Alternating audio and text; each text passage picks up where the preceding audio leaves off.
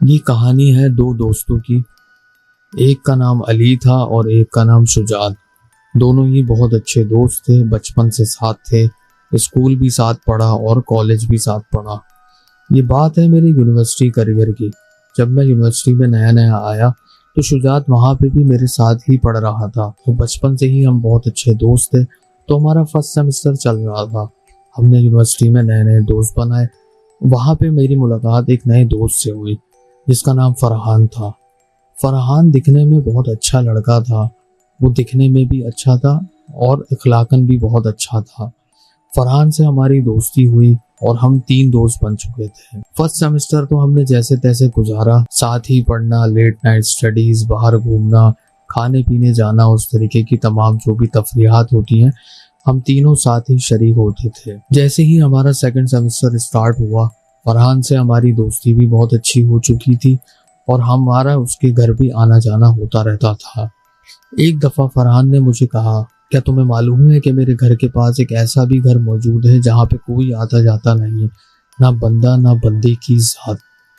और मेरा ये ख्याल है कि उस घर में कोई आसिब है और मेरा शुरू से दिल ये करता है कि मेरे भी कुछ ऐसे दोस्त होते जो इस तरीके की तफरीहात में मेरा साथ देते कि हम जाकर गोस्ट हंटिंग करें। हमने मूवीज में बहुत सी ये सारे किस्से कहानियां भी सुनी थी और हमने इसकी मूवीज वगैरह भी देखी थी कि किस तरीके से पैरानॉर्मल एक्टिविटीज की जाती हैं और किस तरीके से गोस्ट हंटिंग की जाती है। तो हम एक दिन तीनों दोस्त साथ पार्क में बैठे हुए थे तो हमने ये सोचा कि हम क्यों ना एक दिन जाकर वहां पे देखें।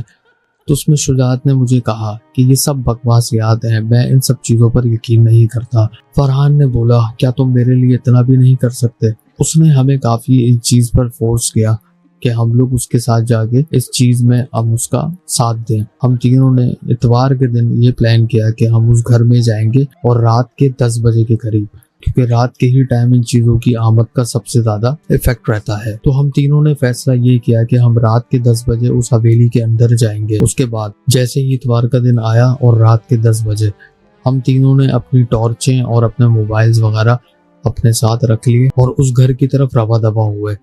हम जैसे ही उस घर के सामने गए तो शुजात ने मुझे कहा कि मैं इन चीज़ों पे बिलीव नहीं करता, लेकिन ये घर तो दिखने में ही इतना खतरनाक लग रहा है जैसे अभी इसमें से कोई बाहर आएगा और हम तीनों को खा जाएगा। खैर, मैं किसी से डरता नहीं था तो मैंने बोला कि चलो अब अपना काम स्टार्ट करते हैं।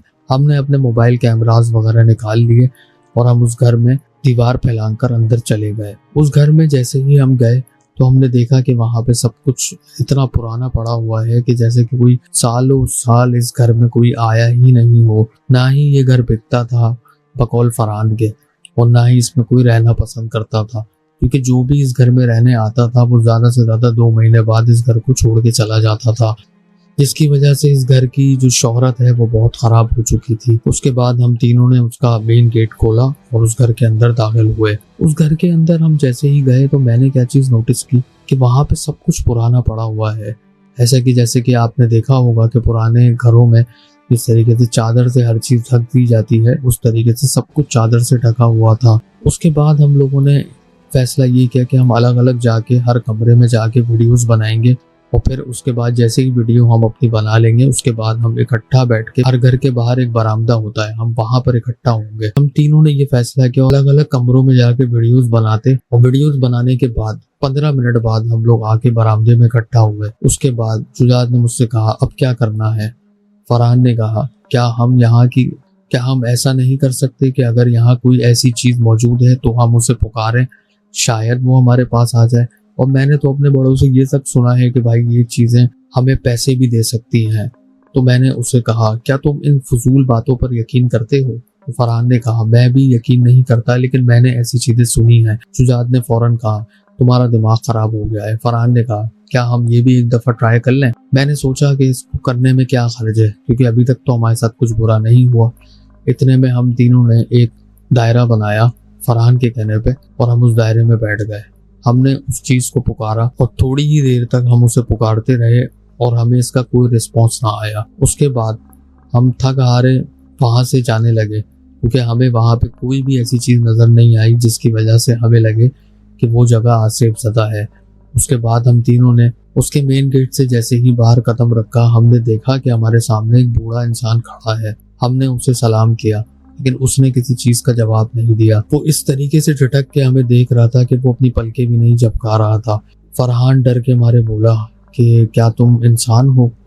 तो उसने कोई जवाब नहीं दिया। उस घर के मेन दरवाजे की तरफ आगे बढ़ने लगा।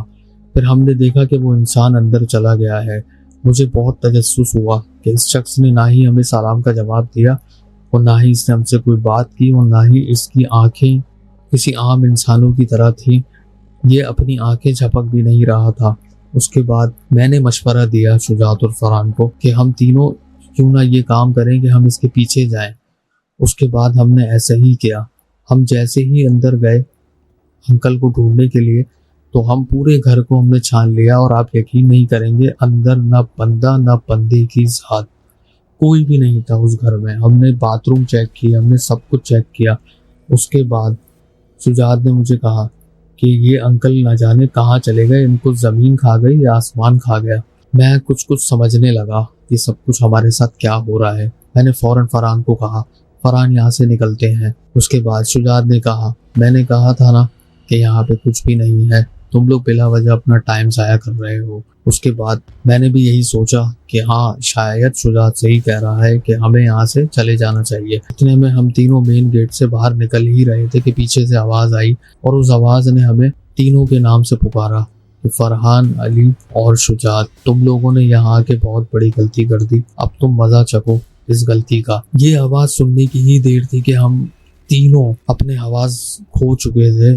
इतने में शुजात ने हम दोनों का हाथ पकड़ा और कहा कि भागो। फिर हम तीनों वहां से भागने लगे और इतने में हमने वो जो दीवार हमने फैलाई थी इस घर में आने के लिए, हमने वो दीवार फैलाई और हम वहां से भाग गए। हम तीनों अपने अपने घर चले गए। जब मैं सुबह उठा तो मैंने ये महसूस किया कि मेरी तबीयत बहुत खराब है, जिस्म में बिल्कुल जान नहीं और चलने फिरने की भी हालत नहीं थी। उसके बाद मैं बाथरूम की तरफ जाने की कोशिश कर रहा था कि अचानक मेरी पीठ पे मुझे कुछ महसूस हुआ। इतने में मैंने आईने के पास खड़े होकर अपनी पीठ पे देखा तो उस पे एक बहुत बड़ा सा हाथ का निशान बना हुआ था।